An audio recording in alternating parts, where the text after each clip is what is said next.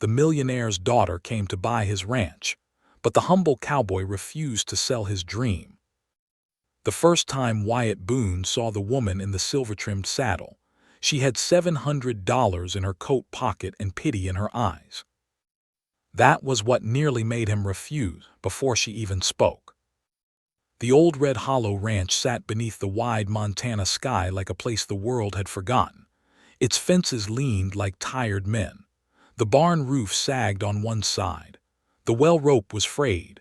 The house had 3 broken windows, a porch step missing, and a front door that groaned whenever the wind touched it.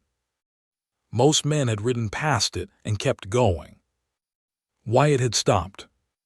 He had stood in the dry grass that morning with dust on his boots, his hat low over his brow, and 11 years of saved wages tied in a cloth pouch beneath his shirt. 11 years of mending other men's fences. 11 years of sleeping in bunkhouses that smelled of sweat, leather, and old coffee. 11 years of never buying new boots until the old ones split through. 11 years of saying no to comfort, because one day he wanted a piece of earth that answered to his own name.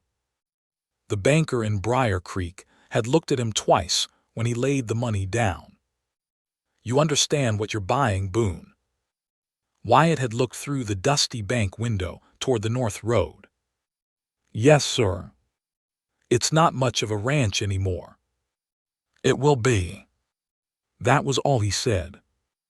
By sunset, the papers were signed, and Wyatt Boone owned 200 acres of rough pasture, damaged timber, broken wire, and trouble. To anyone else, it was a foolish purchase. To him, it was the first thing in his life that felt like home before it had earned the right. Now he stood beside the south fence with a hammer in his hand, trying to pull rusted wire from a cracked cedar post. His shirt clung to his back from the heat. His hands were raw where the leather gloves had worn thin. A bay horse grazed near the leaning gate, switching its tail against flies. Then he heard the hoofbeats. Not the slow drag of a ranch hand, not the loose rhythm of a traveler. These hoofbeats were clean and proud, striking the road with money in every step. Wyatt straightened. A young woman rode through the broken gate as if she had the right to enter any land in the county. Her horse was a deep chestnut with a polished bridle and careful grooming. Her riding dress was dark green, fitted plain but costly, with buttons that shone faintly in the late light.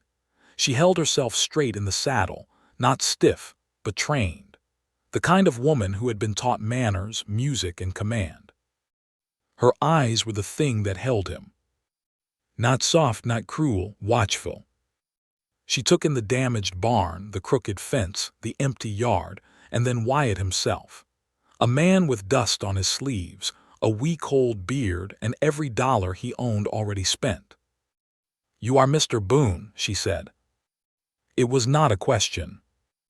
Wyatt set the hammer against the post. "Depends who's asking." "My name is Eliza Waverly." That name moved across the yard like a shadow. Everyone in Briar Creek knew the Waverly name. Grant Waverly owned the largest cattle spread between Briar Creek and the Missouri Breaks. His land ran north and east, miles of good grass, watered draws, and clean barns painted red every spring. He had money, men, and a daughter people spoke of carefully because no one knew whether to envy her or feel sorry for her. Wyatt glanced at the ridge beyond his property line. "Your father sent you." Eliza's hand tightened once on the reins. It was a small movement, but Wyatt saw it. "He did. And what does Mr. Waverly want with a busted place like this?" She looked at the house, then back at him. "He wants it settled." "It is settled." Not in his mind. A quiet wind moved across the yard. Somewhere in the barn, a loose board tapped once, then again. Eliza reached into the inside pocket of her riding coat and brought out an envelope. She did not offer it right away. For one moment, she looked almost ashamed of it. "My father asked me to bring you this," she said. $700 cash, more than you paid for the land." Wyatt did not move. He believes it would be best if you took it and rode on before this place drains the life out of you." Wyatt looked at the envelope, then at the broken fence, then at the house with its wounded porch and stubborn front door. The silence between them grew so long that Eliza's horse shifted beneath her. Finally, Wyatt laughed once, but there was no humor in it. "Best for who?" Eliza held his gaze. "For you, perhaps." "No," Wyatt said. "Men like your father don't send $700 out of kindness." Her mouth pressed together, but she did not deny it. Wyatt picked up the hammer again and turned back to the fence. "Tell him I'm obliged for the visit, but he can keep his money. Mr. Boone, you may not understand what this land will take." He looked back at her then, and the sun caught the tired lines around his eyes. "I understand better than your father thinks. The fence is down on 3 sides. The barn might not make another winter. The pasture has gone wild. The well needs repair. You have no crew. I have 2 hands. That may not be enough. It's what I've had all my life." The words came out plain, but something in them quieted her. Eliza lowered the envelope slightly. She looked at his hands, the split knuckles, the fresh blood where wire had bitten through skin. Then she looked at his face again. "You spent everything you had on this place, didn't you?" Wyatt did not answer. He did not need to. For the first time since she rode in, Eliza's expression changed. Not pity now, something more troubled, something that made her seem younger than the grand name she carried. "My father said you were either desperate or stubborn." Wyatt drove the hammer claw under the old wire and pulled. The rusted strand snapped free with a sharp cry. "Maybe both." She should have turned then. She had delivered the offer. He had refused. Her duty was finished. But she stayed. The horse breathed softly. Dust moved around its hooves. Wyatt could feel her watching him, and for reasons he did not like, he wanted to stand straighter beneath that watchful gaze. "At least think on it," she said. "I thought on it for 11 years. The words stopped her again. Wyatt set the broken wire aside and faced her fully. "I rode through 3 territories saving for land. I worked cattle in snow that froze my coat stiff. I slept under wagons. I ate beans cold out of a tin plate because I was too tired to heat them. Every dollar I saved had a day of my life tied to it. So when I say this ranch is not for sale, Miss Waverly, I am not speaking from pride. I am speaking from memory." Eliza's eyes softened, but only for a breath. "My father will not like that answer. I didn't buy this place to please him." "No," she said quietly, "I can see that." For a moment, neither of them spoke. The sun was sinking behind the far hills, laying gold across the ruined yard.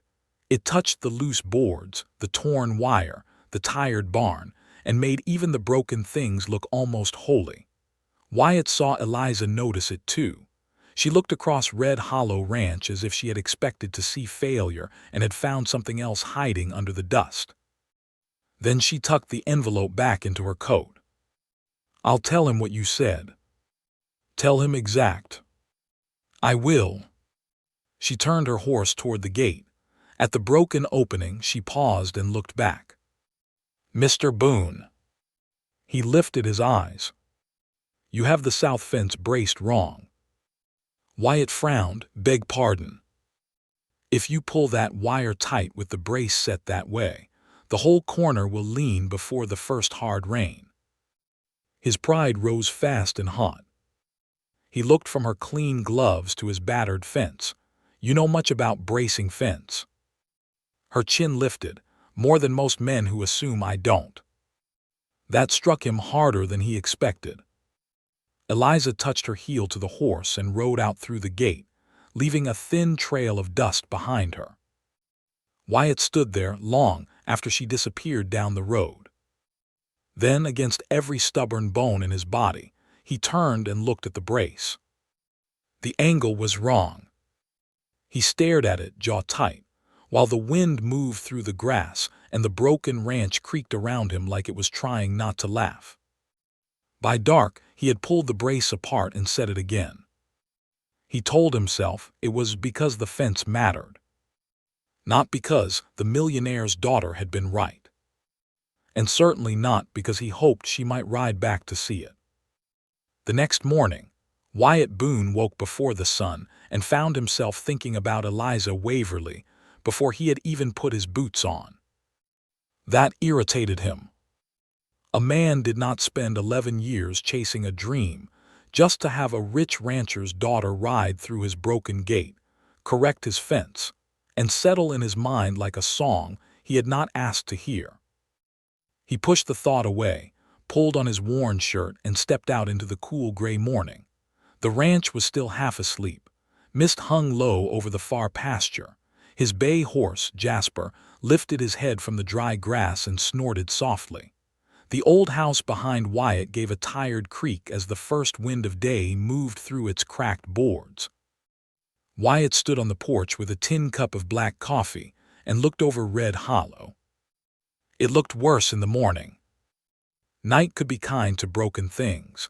It hid missing shingles and dead weeds. Morning showed every scar. The barn sagged harder in the light. The well cover leaned sideways.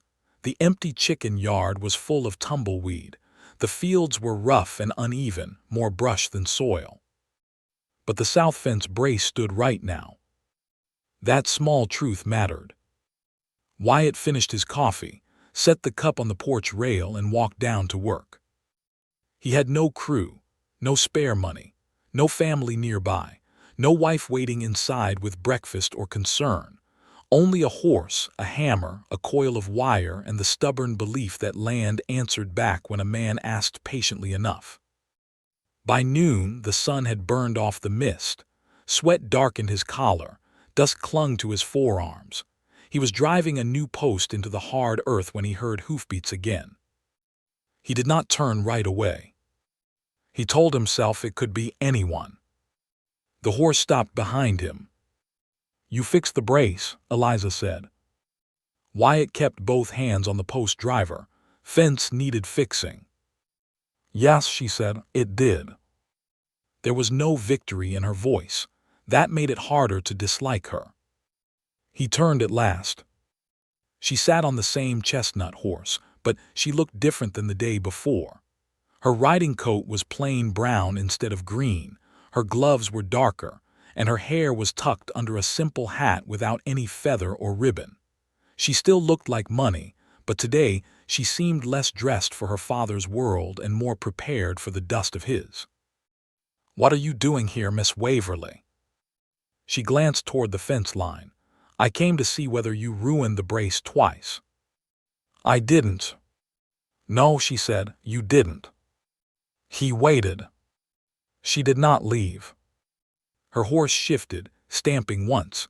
A meadowlark called from somewhere beyond the draw. Finally Wyatt said, "Your father sent another offer." "No." "That mean he gave up?" A faint smile touched her mouth, then disappeared. "My father has never given up on anything in his life." "Then I suppose I should be honored he's troubled over me." "He is not troubled over you. He is troubled over your land." Wyatt bent and picked up the wire cutters. "That makes two of us." Eliza swung down from the saddle. Wyatt looked at her boots in the dust. "You planning to stay?" "For a little while." "Why?"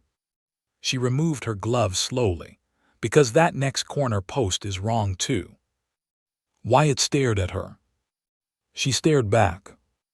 For a moment, the whole morning seemed to hold its breath. Then Wyatt looked at the post. He hated that his eyes went to it. He hated more that he was not fully sure she was wrong.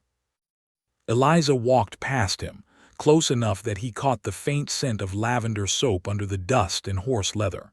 She knelt by the post, touched the base, then pointed toward the slope behind the fence line.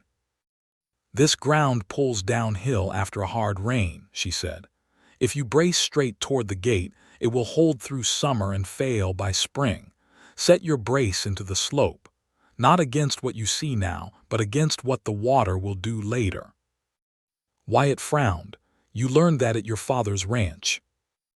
I learned that after watching 3 men rebuild the same corner fence 4 years in a row, because none of them would listen to a 15-year-old girl. That made Wyatt pause. Eliza stood and brushed dirt from her skirt. My father taught me cattle, grass, weather, books, music, and how to keep accounts.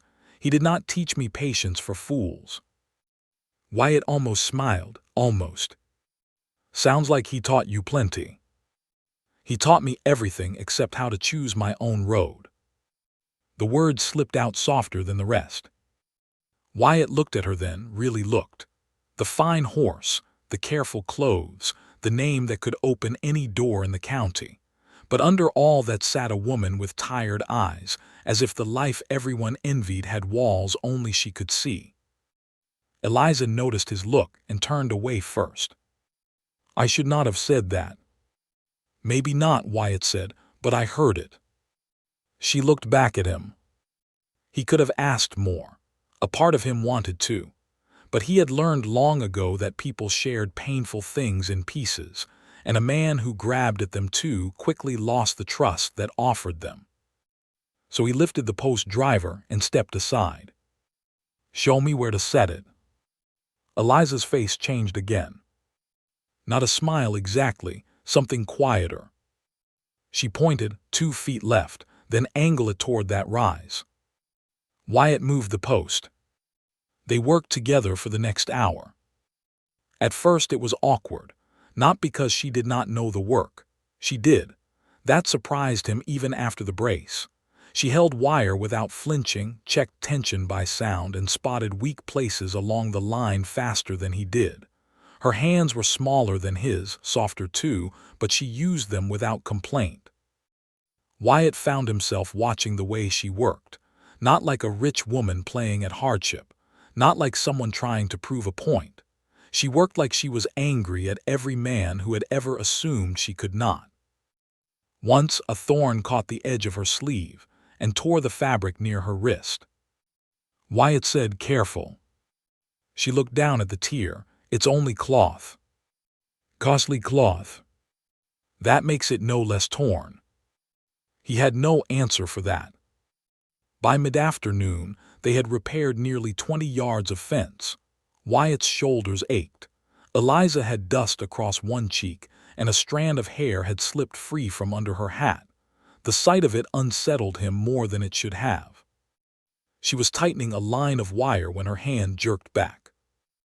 Wyatt saw the blood before she did. A thin cut ran across her palm where a sharp edge had caught her. She closed her fingers quickly, but Wyatt was already beside her. Let me see. It's nothing. Miss Waverly. The firmness in his voice stopped her. She opened her hand. Wyatt took it carefully, as if her hand were something breakable. He had held reins, tools, rope, and injured animals. He had not held a woman's hand in so long that for one foolish second he forgot what he meant to do. Her palm was warm against his rough fingers. Eliza went still. Wyatt pulled a clean cloth from his back pocket, poured a little water from his canteen over the cut, and wrapped it neatly. It won't need stitching, he said. You know that. I've had worse. I believe you. He finished tying the cloth and released her hand, but the feeling of it stayed in his palm. Eliza looked down at the bandage. Thank you. You don't have to help me. I know. Then why are you? She looked toward the open fields of Red Hollow, where the grass bent under the wind and sunlight ran over the hills like gold poured from a cup. Because yesterday I came here to help my father take something from you, she said. Today I wanted to see what you were trying to keep. Wyatt's throat tightened in a way he did not expect. And she looked back at him. I think I understand less than I did before. He studied her face. That's so. Yes, she said, because this place is worse than I thought. A dry laugh escaped him. But you look at it, she continued, like it already has a roof, cattle, winter hay, and supper smoke coming from the chimney. Wyatt said nothing. Why, she asked. The question was simple. The answer was not. He looked toward the house. Its broken windows flashed in the sun. For a moment he saw another place, another porch, another woman standing in a doorway when he was a boy. He saw a farm lost to debt after his father died, and a wagon loaded in silence. He saw his mother wiping her face with the corner of her apron, pretending dust had gotten in her eyes. Wyatt swallowed. Because I know what it is to lose a home, he said quietly, and I always wondered what it would feel like to build one no one could take. Eliza did not speak. The wind moved between them. Her eyes lowered, not out of pity, but respect. It was the first time anyone had looked at Wyatt Boone's dream as something other than foolishness. Far to the north, a rider appeared on the ridge. Neither of them noticed at first. The man sat still on a gray horse, watching the fence line below. He was too far away for Wyatt to see his face, but Eliza saw him when she turned for her reins. Her expression changed. Wyatt followed her gaze. "Friend of yours?" he asked. Eliza's jaw tightened. "One of my father's men." The rider remained only another moment, then turned and disappeared beyond the ridge. Eliza put her gloves back on with careful movements. "I should go." Wyatt looked at the finished stretch of fence, then at the worry she tried to hide. "Will your father be angry?" She gave a small, humorless smile. "My father has many talents. Being calm when surprised is not one of them." "Then why come?" She mounted her horse but did not answer at once. When she looked down at Wyatt, the late sun caught the blue in her eyes and made them look almost sad. "Maybe I wanted to surprise him too." Then she rode away. Wyatt stood by the fence as dust curled after her horse. He watched until the road bent and she was gone. That evening, just before dark, thunderheads gathered over the northern hills. Wyatt was inside the broken house, trying to patch a window with scrap wood, when he heard another horse in the yard. This time the hoofbeats were heavy. Not Eliza's. Wyatt stepped onto the porch. A broad-shouldered man in a black coat sat mounted beyond the gate, with two ranch hands behind him, and anger already written across his face. Grant Waverly had come to Red Hollow. Grant Waverly did not dismount right away. He sat tall in the saddle beyond the broken gate, his black coat buttoned despite the heat, his gray beard trimmed sharp, his eyes fixed on Wyatt Boone as if Wyatt were a stray animal that had wandered too close to his house. The two ranch hands behind him kept their horses still. Neither man spoke. They looked less angry than uncomfortable, which told Wyatt plenty. They had not come because they wanted trouble. They had come because Grant Waverly had ordered it. Wyatt stepped down from the porch and crossed the yard slowly. Thunder rolled over the northern hills. The wind had picked up, carrying the smell of rain and dry grass. A loose shutter knocked against the side of the house behind him. "Mr. Waverly," Wyatt said. Grant's eyes moved once over the porch, the cracked windows, the scrap wood in Wyatt's hand, then back to his face. "You know who I am." "Most men in this county do." "That should make this conversation simple." Wyatt set the scrap wood against the fence rail. Simple conversations don't usually need 3 horses. Grant's mouth tightened. Behind him, one ranch hand looked down at his saddle horn as if hiding a smile. The older man did not notice. "My daughter was here today." "She was." "She had no business here." Wyatt held his ground. "That is between you and her." "No," Grant said, his voice hardening. "It became my business when she was seen working on your fence with blood on her hand." Wyatt's jaw moved once. "She cut her palm, I wrapped it, that's all." Grant looked toward the south fence, where a fresh line of posts stood clean and firm against the dimming sky. She wrapped herself in more than your cloth, Mr. Boone. She wrapped herself in your trouble.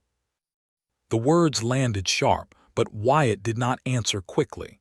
He had spent enough years around powerful men to know they liked anger better than silence. Anger gave them something to push against. Silence made them hear themselves. Grant swung down from the saddle at last. He was not as tall as Wyatt, but he carried himself like height was a thing money could replace. He walked through the gate without asking and stood in Wyatt's yard. I sent my daughter here with a fair offer. You did. You refused it. I did. And then you let her believe there is honor in helping a man throw his life into a ruined ranch. Wyatt looked past him toward the northern ridge, where clouds folded low and dark. I did not let her believe anything. Miss Waverly can see for herself. Grant stepped closer, careful. The word was quiet, but the ranch hands heard it. So did Wyatt. A man with less patience might have raised his voice. Wyatt only took off his hat, wiped his brow with his sleeve, and put it back on. Mr. Waverly, I don't want your land. I don't want your money. I don't want your men standing in my yard after dark. I bought Red Hollow fair and I aim to work it. This ranch borders mine. That does not make it yours. For the first time, Grant's face changed. Not much. Just enough to show he had not expected a poor cowboy with patched sleeves to speak to him that straight. The thunder rolled again, closer now. Grant turned and looked over the ranch. He took in the house, the broken barn, the empty fields, the fresh fence. His eyes lingered on the corrected brace. She told you how to set that. Wyatt did not lie. Yes. Grant looked back. Of course she did. There was something in his voice then that did not sound like anger. Pride, maybe, or worry wearing pride's coat. My daughter was raised to understand good land, Grant said. She was raised to manage accounts, read weather, judge cattle, and ride better than any hand I ever hired. She was also raised to have a life that does not begin with sleeping under a roof that may fall in before Christmas. Wyatt's eyes narrowed slightly. You think that is what I offer her? I think you are exactly the kind of man a young woman may mistake for a grand story before she learns what hunger and debt do to love. That struck closer than Wyatt wanted. For one breath, he saw his mother again, thinner each winter, measuring flour in the bottom of a sack. He saw his father coughing blood into a cloth and still pretending the farm would hold. He knew too well that love did not fill a pantry by itself. But he also knew what Grant Waverly did not. A full pantry could still be a cage. I have not asked your daughter for anything, Wyatt said. Not yet. Wyatt looked him squarely in the eye. If I ever do, she will hear it from me before you do. One of the horses shifted hard. A drop of rain struck the dust between the men. Grant's expression went cold. You will not ask her. That is not your decision. She is my daughter. She is a grown woman. Grant moved so quickly that the ranch hands straightened in their saddles. He did not raise a fist. He did not need to. Men like him had built a life where command was their weapon. You listen to me, Boone. Eliza has a place in this county, a future. Suitors with names, means, and houses fit for her. I will not watch her throw it away because some stubborn drifter bought a graveyard of fence posts and calls it hope.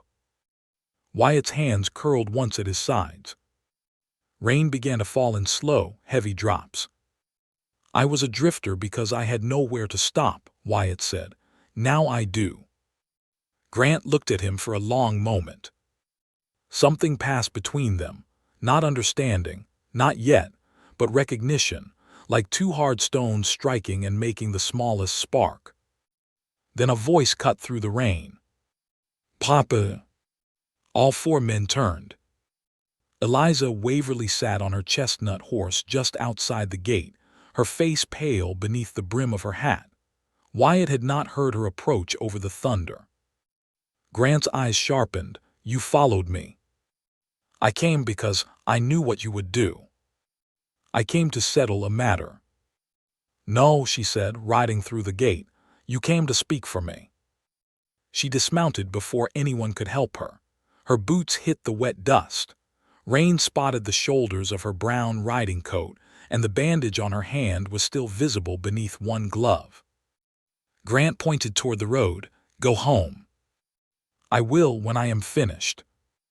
The ranch hands looked anywhere but at their employer.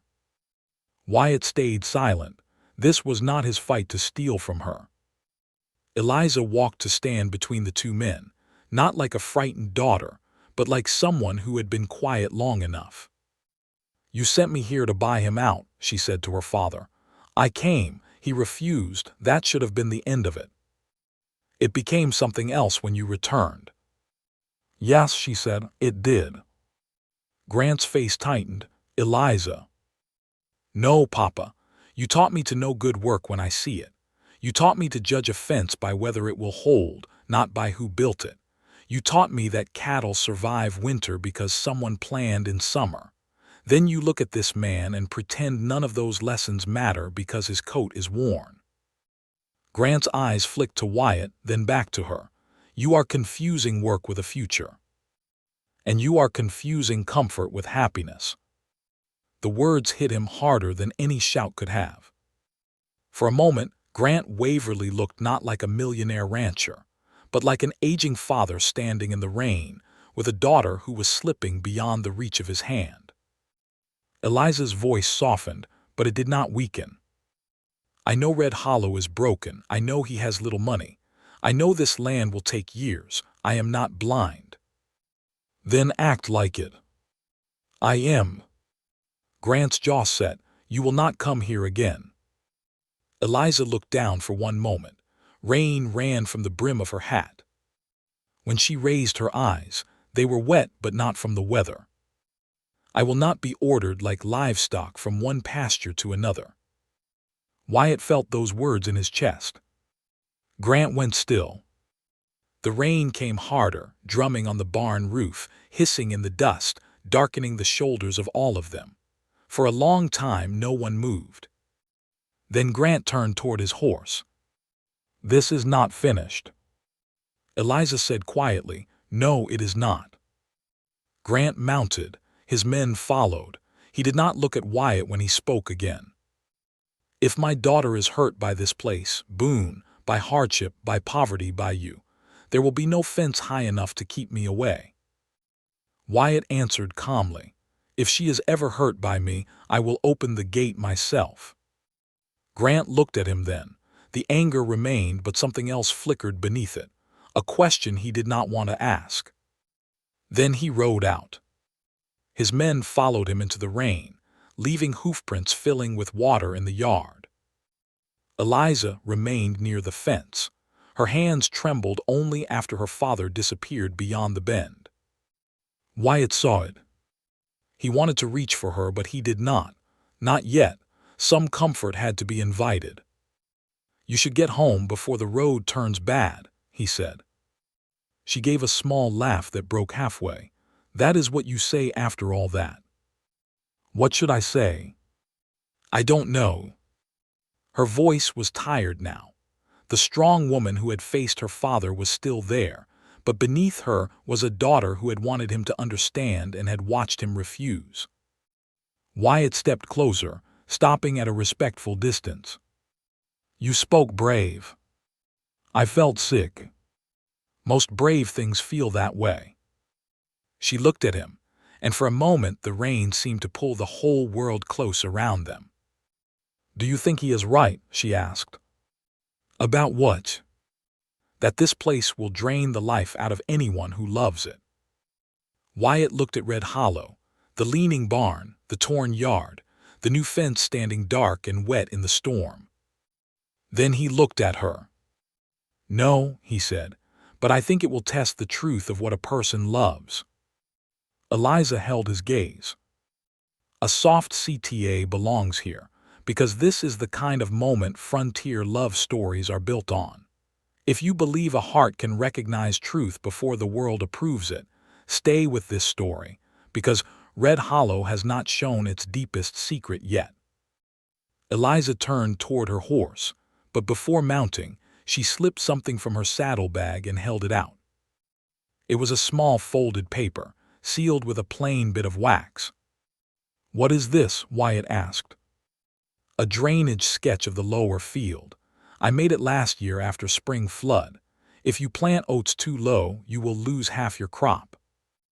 Wyatt stared at the paper. "Eliza, after tonight, your father will be watching every road you take." "I know." "Then why give me this?" She looked toward the south field, then back at him. "Because he is wrong about one thing." "What thing?" Her voice dropped nearly to a whisper. "A dream does not become foolish just because it frightens someone else." She pressed the paper into his hand, mounted her horse, and rode into the storm. Wyatt stood in the rain until she was gone. Only then did he open the folded sketch. Inside, beside the careful lines of the field and water flow, she had written one sentence in the corner. "Do not trust the east well until you know why it was covered." Wyatt's breath stilled. He looked across the darkening yard toward the old stone well near the barn, the one with a heavy plank nailed across its mouth. Until that moment, he had thought it was simply broken. Now, under the storm-heavy sky, Red Hollow no longer felt abandoned. It felt like it had been hiding something. Wyatt Boone did not sleep much that night. The storm passed over Red Hollow close to midnight, leaving the ranch soaked, shining, and restless beneath a broken moon. Rainwater dripped from the porch roof into a dented bucket. The wind had pushed damp air through every crack in the house, and the old boards seemed to sigh around him as if they had been holding their breath for years. Wyatt sat at the kitchen table, with Eliza's sketch spread beneath the lantern. The paper was careful, clean, and exact. She had drawn the lower field with the kind of hand that noticed what others missed: the shallow dip near the creek bed, the runoff path from the north ridge, the low stretch where frost would settle first in fall. Every line showed that she had known this land long before he bought it. But it was the sentence in the corner that kept his eyes fixed. "Do not trust the east well until you know why it was covered." Wyatt looked toward the dark window. Outside, beyond the barn, the old stone well sat near a patch of chokecherry brush. He had noticed it the first day, of course. A man buying land noticed water before anything else. But the well had been covered with thick planks and rusted spikes, and the banker had said it had gone bad years before. Wyatt had believed him because there had been too much else to fix first. Now he wondered who had covered it. And why? At dawn, he went out with a crowbar. The whole ranch smelled of wet sage, mud, and old timber. Jasper watched from the corral, ears forward, as if he knew the morning carried trouble. Wyatt crossed the yard slowly, boots sinking into softened ground. The barn stood quiet with rainwater dripping from its broken edge. Near it, the east well waited beneath its heavy boards. The planks were older than he expected, black with weather but still stubborn. Someone had not just laid them over the well. They had fastened them hard, driving long spikes deep into the frame. Wyatt worked one loose, then another, the metal shrieking as it pulled free. By the time the third spike came out, sweat had gathered at his neck despite the cool morning. A voice behind him said, "I was afraid you would do this alone." Wyatt turned. Eliza stood near the barn, holding her reins in one hand.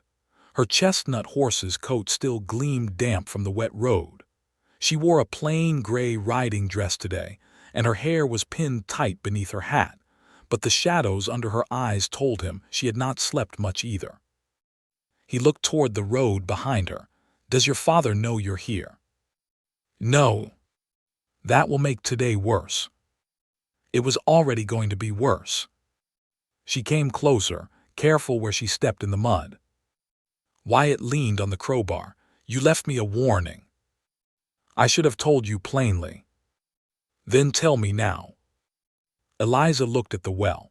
For the first time since he had known her, she seemed truly uneasy, not stubborn, not angry, afraid of something old. "When I was 14, she said, "old Mr. Harrow owned this place. Not the bank. Not yet. It was still alive then, barely. My father rode over one evening after a dispute about water rights. I came with him because I was too young to be left behind and too curious to stay in the buggy." Wyatt waited. "I remember men near this well. Mr. Harrow, my father, and a third man I didn't know. They were arguing, not loud but hard. The kind of arguing men do when money is involved and pride has already been wounded." "What were they arguing over?" "I only heard pieces. A missing deed, a boundary mark, something about the East Draw belonging with Red Hollow, not Waverly land." Wyatt's hand tightened around the crowbar. The East Draw was good grass, better than most of Red Hollow. It ran along the rise between his land and Grant Waverly's spread. If that draw belonged to Red Hollow, it would change the value of everything. Eliza saw his face. "I don't know what was true. I was a girl." "What happened after?" "The next week the well was covered. A month later Mr. Harrow left. Not long after that the bank took the place. My father said the well had turned foul and Harrow had been too tired to fight his debts." Wyatt looked down into the cracks between the planks. "But you did not believe him." "I believed him then. Children believe what fathers say because the world feels safer that way." Her voice went softer. "Later, I wondered." "Why?" "Because every time I asked about Red Hollow, he changed the subject." A gust of wind moved through the chokecherry brush. A few wet leaves fell against the well stones. Wyatt turned back to the planks. "Then let's find out." He set the crowbar under the last board and pulled. The plank gave suddenly. Wyatt stumbled back and a cold breath of air rose from the dark mouth of the well. Not foul, not dead. Cold and clean with the deep mineral smell of underground water. Eliza stepped close, then stopped. Wyatt lowered himself near the opening and listened. Far below, water moved softly. "The well isn't dry," he said. "No," Eliza whispered. Wyatt fetched a rope, tied it around an iron lantern and lowered it carefully. The flame trembled as it descended. Stone walls appeared in the glow, wet and solid. 20 feet down, the lantern light caught something that was not water. A small wooden box sat wedged on a ledge inside the well wall. Wyatt stilled. Eliza saw it too. "What is that?" "I don't know." He looked at her. She looked back, and both of them understood without saying it that whatever rested inside that well had been hidden, not lost. Wyatt tied the rope around his waist. Eliza stepped forward quickly. "No. I have to get it. The stones may be loose. I'll go slow." "Wyatt." It was the first time she had said his name without formality. He stopped. Her face had gone pale. Rainwater clung to the loose strands of hair near her temple. Her bandaged hand hovered near his sleeve as if she wanted to hold him back but did not know if she had the right. "This is not worth you falling," she said. He looked at her hand, then at her eyes. "It might be worth knowing the truth. Not if the truth costs too much." There it was again, the soft fear beneath her courage. Wyatt realized then that she was not only afraid of what they might find. She was afraid that this ranch, this dream, this growing thread between them might become the thing that split her life in two. He gentled his voice. "I'll not be careless." "That is not the same as being safe." "No," he said, "it is." For one quiet moment, the morning seemed to narrow to the two of them beside that open well. The ruined barn behind him, the rich girl with mud on her boots before him, the hidden box below them like a secret waiting to breathe. Then Eliza reached for the rope. "If you go down, I hold the line." Wyatt wanted to say no. Pride came up in him like a reflex. But he remembered the south fence. He remembered her steady hands setting the brace right. He remembered what it felt like to be helped and still remain himself. "All right," he said. She wrapped the rope around the stone post beside the well and braced her boots in the mud. Wyatt climbed down carefully, finding footholds in the old stone. The air grew colder with every foot. Dampness touched his face. Above him, Eliza's figure became framed by the circle of morning light. "Slow," she called. "I'm going slow." "You say that like men don't lie when they are trying to prove something." Even inside the well, Wyatt smiled. He reached the ledge, wedged one boot against a narrow stone and freed the wooden box. It was smaller than a Bible, wrapped in oilcloth, tied with brittle twine. His fingers chilled around it. "Got it. Come up." He climbed with the box held inside his shirt. Twice, his boot slipped against wet stone. Twice, the rope tightened hard as Eliza took his weight. By the time his hands reached the rim, she had both heels dug deep into mud and her jaw locked with effort. Wyatt pulled himself over the edge and rolled onto the wet ground. Eliza dropped to her knees beside him. "Are you hurt?" "No." "You are certain?" He breathed once, then nodded, certain. Only then did she sit back. Her hand was still gripping the rope so hard her knuckles had gone white. Wyatt noticed and said softly, "You held." She looked at him. "You climbed." There was more in that than either of them could safely answer. The box rested between them. Wyatt cut the twine with his pocket knife. The oilcloth peeled away with a sticky sound. Inside was a cedar box, warped by damp but still closed tight. The little brass latch had turned green with age. He opened it. Inside lay three things: an old boundary deed, a silver watch with cracked glass, and a letter written in a shaking hand. Eliza drew in a sharp breath when she saw the name at the bottom. Silas Harrow. Wyatt unfolded the letter carefully. The ink had faded, but it could still be read. "If anyone finds this, know that Red Hollow's east draw was never sold. The boundary stone was moved and the deed hidden. I was pressured to sign what I would not sign.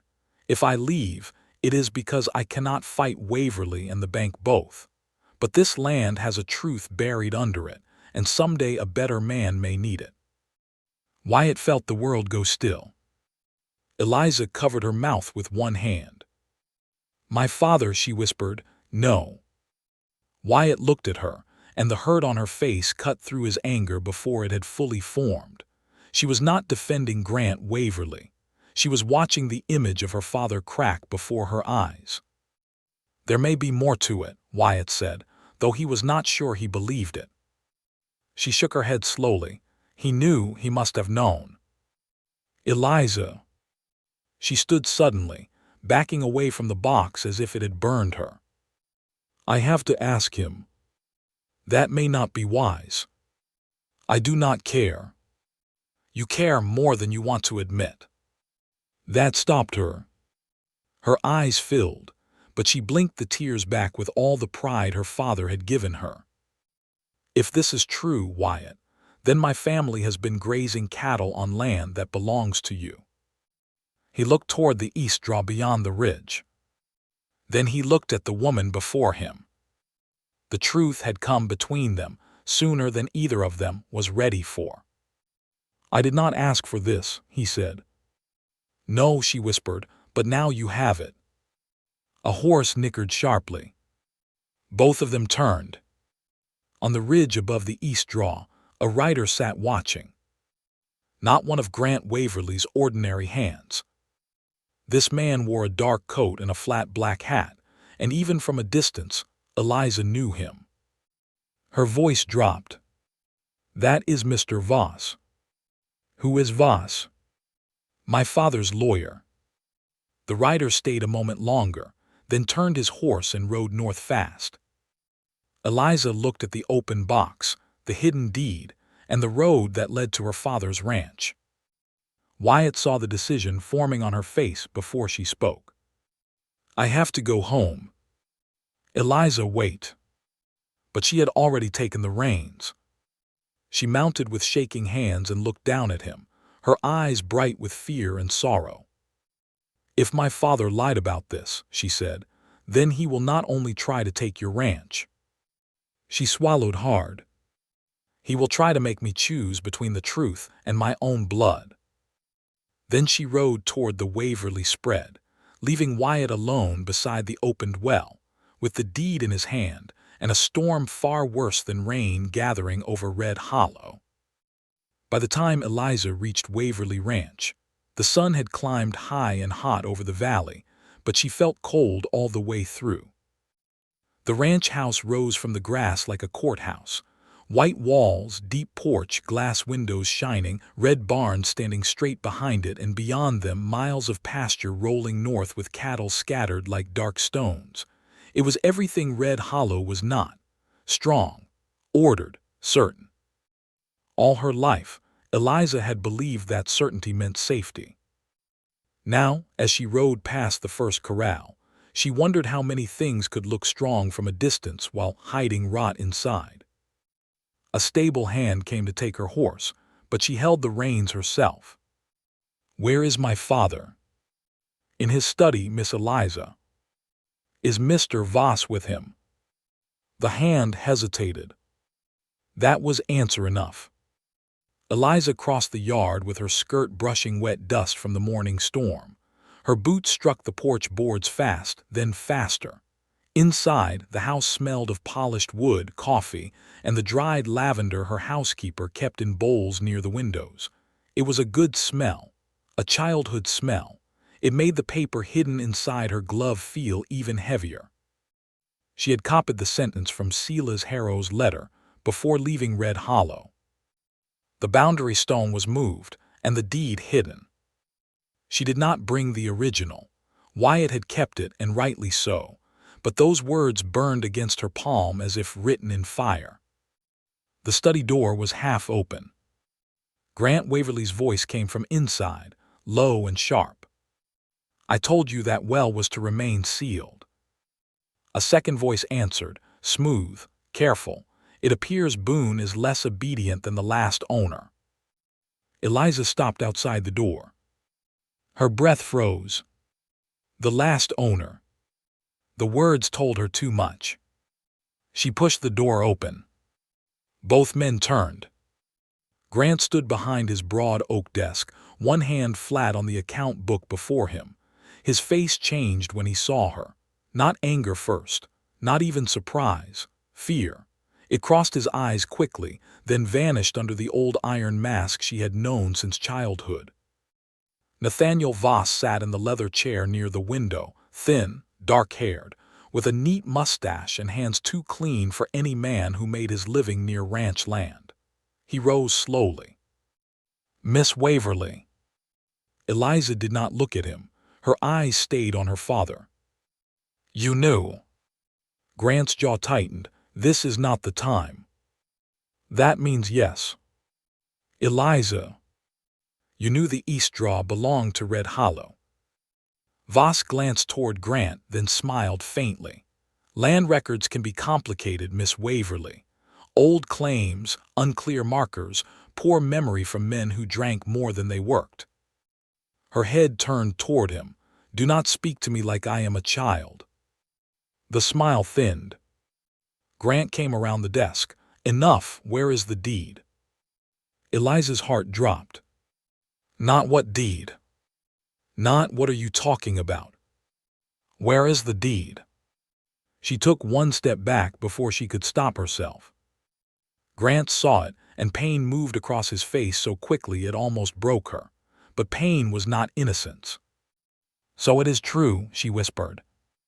He looked toward the window, out at the barns and cattle, as if the land itself might give him a better answer.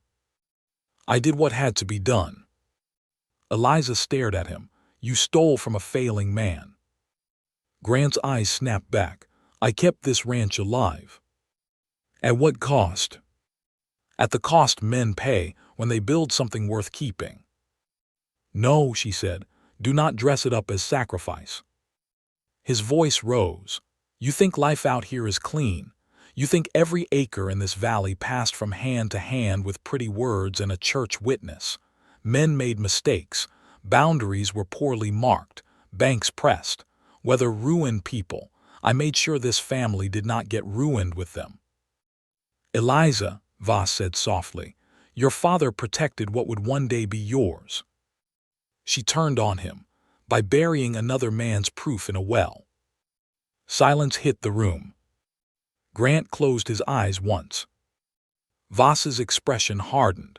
The careful gentleman fell away, and beneath him was a colder man. You should be very careful with accusations. Eliza lifted her chin. And you should be careful standing in my father's house and thinking, I do not understand a threat. Grant stepped between them. Voss, leave us. The lawyer did not move right away. Grant looked at him. Now. Voss took his hat from the side table. As he passed Eliza, he leaned just close enough for only her to hear. Men like Boone do not survive fights they cannot afford. Then he walked out.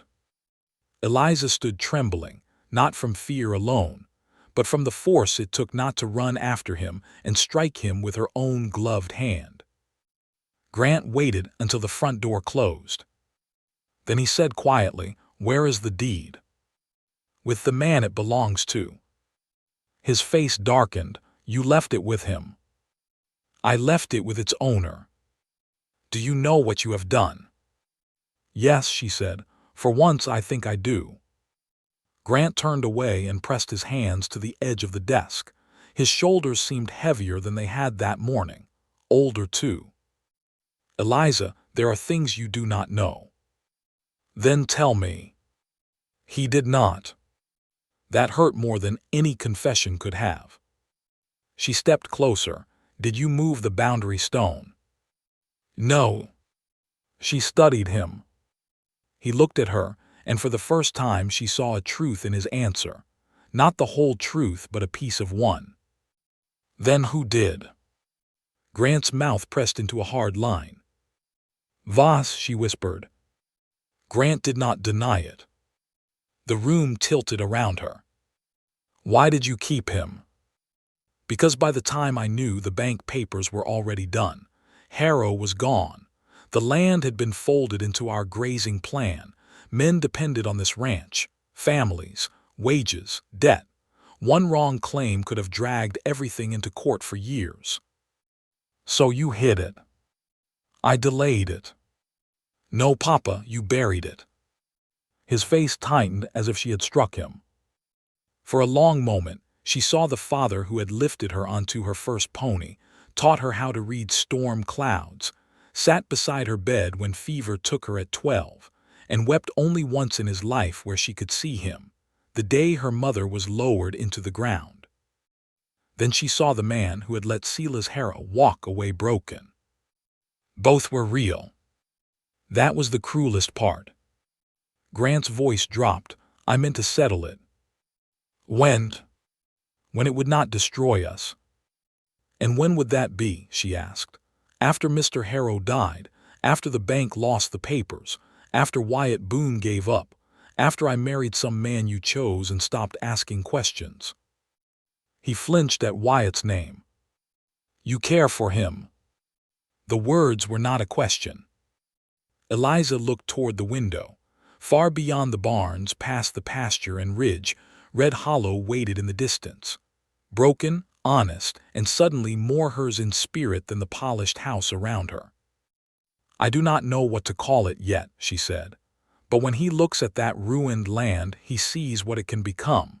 When he looks at me, he does not see your fortune first. Grant's face twisted with something like jealousy and grief. A hard life can look noble from a porch, Eliza. It feels different when winter comes. I am not asking for easy. You should be. That is your fear speaking, not my heart.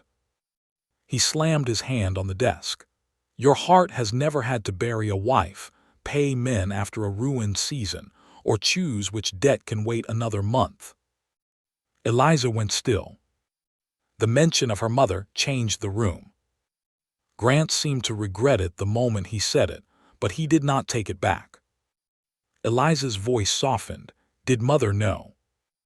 Grant looked away. The answer came in his silence. Eliza's throat tightened. "She knew. She begged me to make it right before she died." The words nearly broke him.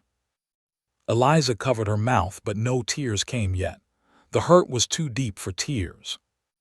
Grant sank into the chair behind his desk. For the first time in her life, he looked like a man who had built too much weight and was finally trapped beneath it. "I told her I would," he said. "Then she was gone, and I told myself one more season, one more good year, one more time when the ranch could bear it. I kept telling myself that until the lie sounded like patience."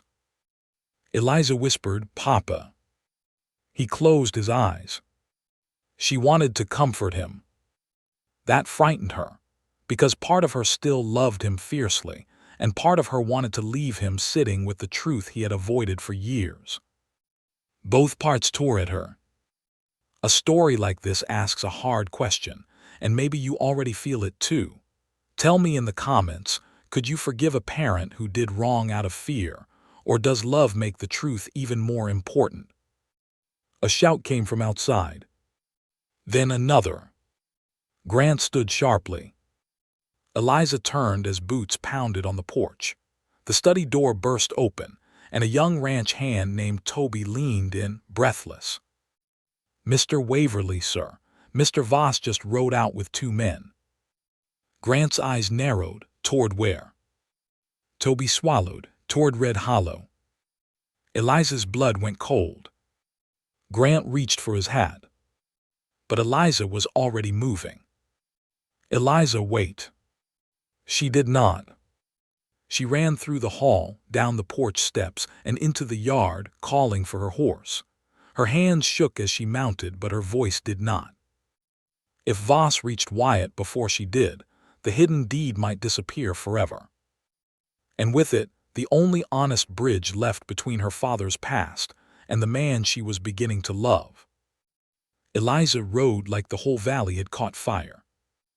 The chestnut mare stretched beneath her, hooves striking the road in a hard, steady rhythm. Wind pulled at Eliza's hat until she tore it free and let it hang by its cord against her back. Her hair loosened from its pins, whipping across her cheek, but she did not slow. Behind her, Waverly Ranch shrank into the distance. Ahead, the road bent toward Red Hollow.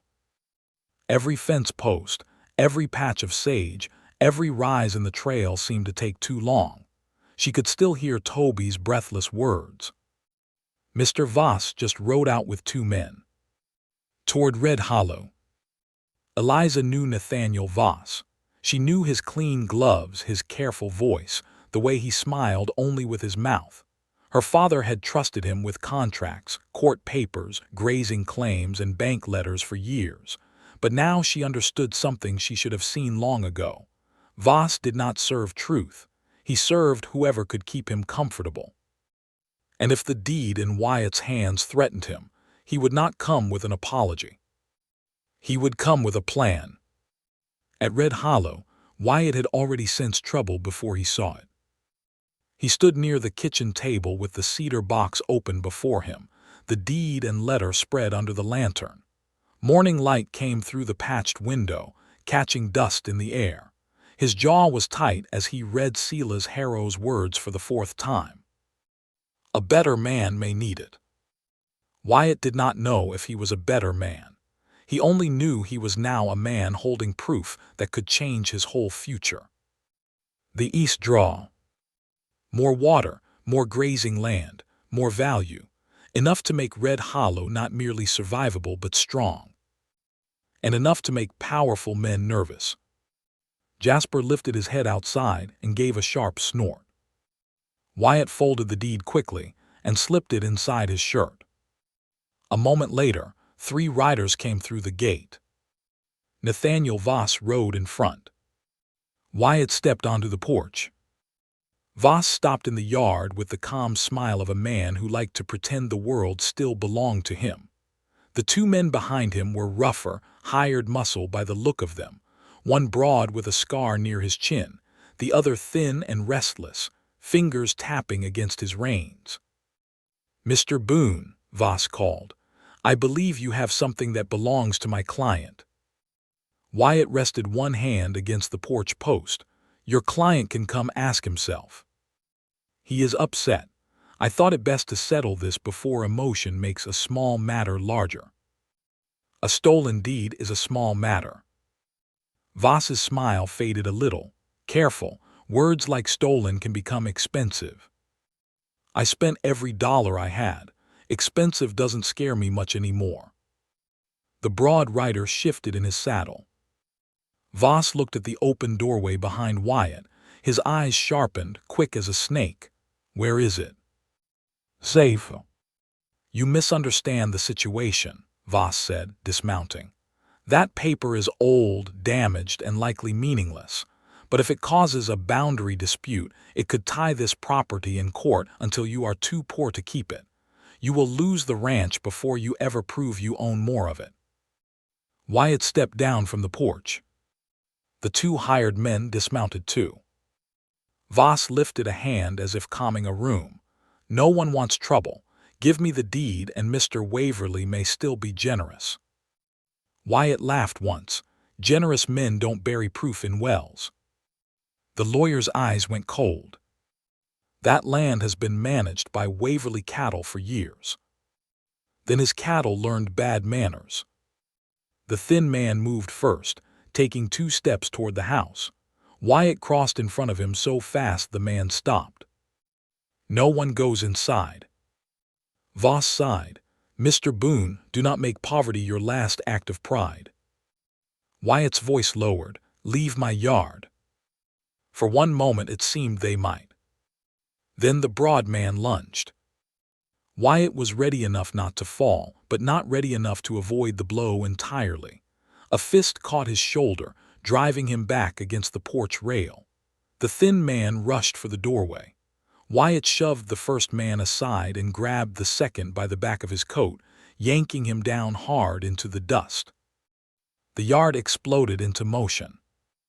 There were no guns drawn, no wild killing, just desperate men in a desperate fight over a piece of paper that had slept in darkness for years.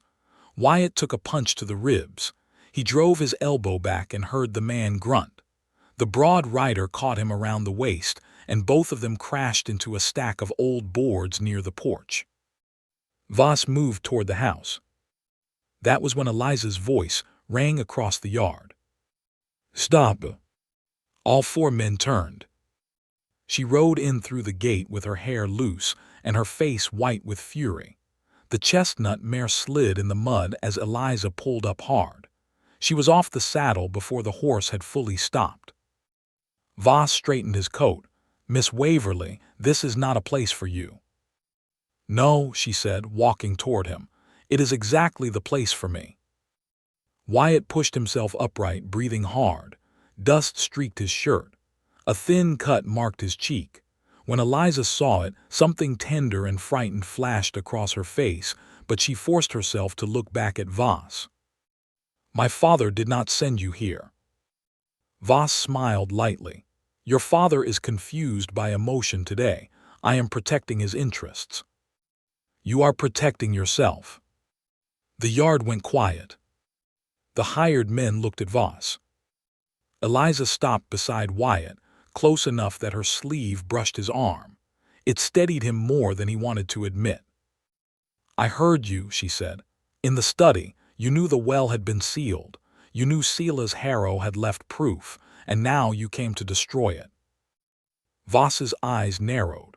"A young woman's imagination is not evidence." "No," Eliza said, "but a deed is." Wyatt looked at her, surprised.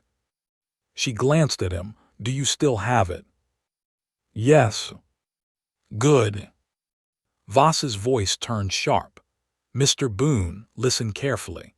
If that paper reaches the county clerk, I will bury you under legal costs before harvest. You have no money, no standing, and no witnesses worth naming." A rider appeared at the gate. Then another. Then 6 more behind him. Grant Waverly rode into Red Hollow with his black coat open, his face set in a way Eliza had never seen. Not proud, not furious. Resolved. He dismounted slowly. Voss went still. Grant. Grant looked first at Eliza, then at Wyatt's bruised face, then at the hired men standing in the yard. "What is this?" Voss recovered quickly. "I came to prevent a mistake." "No," Grant said. "You came because you knew I might finally stop making one." The words struck the yard like thunder. Eliza stared at her father. Grant walked toward Voss, each step heavy with years of delayed truth. "I did wrong by Sila's harrow," Grant said. "I knew the boundary was disputed. I let fear and pride keep me silent. That shame is mine." Voss's face tightened. "But you moved the stone," Grant continued. "You advised the bank filing. You told me the original deed was gone. I protected you. You used me." For the first time, Voss looked afraid. Grant turned to Wyatt. His voice was rough. "Bring the deed to the county clerk tomorrow. I will not oppose the claim." Eliza's hand flew to her mouth. Wyatt stared at him. "You understand what that means?" "Yes," Grant said. "It means the east draw was never mine." The hired men backed away from Voss, as if he had become bad luck. Voss's face twisted. "You will ruin your own name for this cowboy." Grant looked at Wyatt, then at Eliza. "No," he said. "I will save what is left of it." Voss stepped back, eyes burning, but there was nowhere left for his smooth words to stand. Grant's men moved toward him, not with cruelty but with quiet certainty. Eliza turned to Wyatt. Her hand lifted toward the cut on his cheek, then stopped before touching him. "You should sit," she said softly. Wyatt looked into her eyes. "You came." "I was afraid I would be too late." "You were." Her fingers trembled. This time he reached for them. Only for a moment. Only enough for both of them to feel that something had changed. Across the yard, Grant saw their hands touch. His face tightened with old fear, but he did not look away. And as the wind moved through Red Hollow, the hidden deed no longer felt like the biggest truth on the ranch. By sunrise, half of Briar Creek knew Grant Waverly had ridden into Red Hollow and left without taking the deed. By noon, the other half had improved the story until Wyatt Boone had fought 6 men, Eliza had slapped a lawyer, and Grant had confessed in the middle of the road with his hat in his hands. None of that was true. The truth was quieter and more dangerous. Wyatt rode into town the next morning with the old deed wrapped in oilcloth beneath his vest, Eliza riding beside him, and Grant Waverly following 10 yards behind like a man attending his own judgment.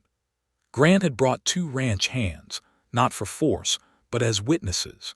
He had also brought Nathaniel Voss, whose wrists were not bound but whose pride looked worse than rope ever could. Briar Creek was small enough that nothing stayed private once horses stopped outside the county office. The clerk, Mr. Amos Pike, came out from behind his desk when he saw who had entered. He was a thin man with spectacles, ink on his fingers, and the cautious look of someone who had spent 20 years watching neighbors turn into enemies over land lines. "Mr. Waverly," he said. "Mr. Boone, Miss Waverly." Wyatt placed the oilcloth on the desk. "I need to file a boundary claim." The clerk looked at Grant first. Grant's face did not move. "Read it." Amos Pike unfolded the deed with care. The room became so quiet that Eliza could hear the tick of the wall clock and the faint scrape of boots outside on the boardwalk. Wyatt stood with his hat in his hands. Dust from the ride marked one side of his coat. A bruise darkened near his ribs. though he did not show pain unless he turned too quickly. Eliza noticed. She noticed everything about him now, and that frightened her a little. The clerk adjusted his spectacles and read through the old deed twice. Then he looked up. This gives Red Hollow claim to the east draw. Wyatt let out a breath he had been holding. Grant closed his eyes once. Voss stepped forward. That document is damaged and may not reflect later arrangements. Amos looked at him over his spectacles. Do you have a later deed? Voss's mouth tightened. Grant said he does not. Voss turned on him. Grant, think carefully. I have. That land has been counted inside your grazing boundary for years. Wrongly. The word was plain. It landed heavy. A few people had gathered outside the door now. Martha Hale from the general store, the barber, 2 cowhands from the livery. News traveled faster when silence smelled like scandal. Eliza stood beside the window with her hands clasped tightly before her. She wanted to be proud of her father. In some painful way she was, but pride did not erase what had been hidden. It only made the hurt more complicated. Amos Pike picked up his pen. Mr. Boone, I can record the claim today. There will be review, of course, but with Mr. Waverley not opposing and with the original deed present, I see little reason it would fail. Wyatt nodded. Do it. The pen scratched across the page. It was a small sound for such a large change. When it was finished, Wyatt signed his name. Grant signed as witness. His hand paused over the paper for just a breath before the pen touched down. Eliza saw it. Wyatt did too. Outside the office, the crowd tried to look like it had gathered by accident. Grant stepped into the street first. Voices dropped. Voss came out behind him, face pale with anger. This will not end here. Grant turned slowly. Yes, it will. You think one signature cleans years of business? No, Grant said, but it starts cleaning me. For once, Voss had no smooth answer. Grant's ranch hands escorted him toward his horse. Not roughly, not cruelly, but firmly enough that everyone understood his time inside Waverley affairs had ended. Wyatt stood on the boardwalk, feeling the town's eyes on him. A week earlier, he had been the fool who bought a dead ranch. Now he was the man holding land Grant Waverley had returned. Neither suited him. Eliza stepped beside him. You look like you would rather be fixing fence. I understand fence. A faint smile touched her mouth. People are harder. Most of them don't stand straight even when braced right. She looked down quickly, trying not to laugh, and the sight warmed something in him that had been cold for many years. Then Grant spoke behind them. Eliza. The warmth faded. She turned. Grant stood near his horse, holding his hat in both hands. He looked tired, not defeated exactly. Tired in the way a strong man becomes when he has finally stopped pushing against the truth and discovered how much strength the pushing took. I am going back to the ranch, he said. She nodded. I will ride home later. His eyes moved from her to Wyatt. The street seemed to listen. Grant's voice lowered, with him. Eliza did not answer quickly. She looked at Wyatt, then at her father. With myself, she said. Grant's face tightened, but he did not argue. That was new. He mounted and rode north without another word. Eliza watched him go until the road bent behind the church. Wyatt stood beside her, careful not to crowd her grief. People thought freedom felt light. Sometimes it felt like watching someone you loved ride away because you had finally stopped letting them decide your life. She drew a slow breath. He did right today. He did. It does not make everything right. No. She looked at Wyatt, grateful that he did not soften the truth into something easier. They rode back toward Red Hollow in the late afternoon. The sky was wide and blue after the storm washed clean. Wildflowers leaned along the roadside. Their horses moved side by side, unhurried now. For a while neither spoke. The land said enough.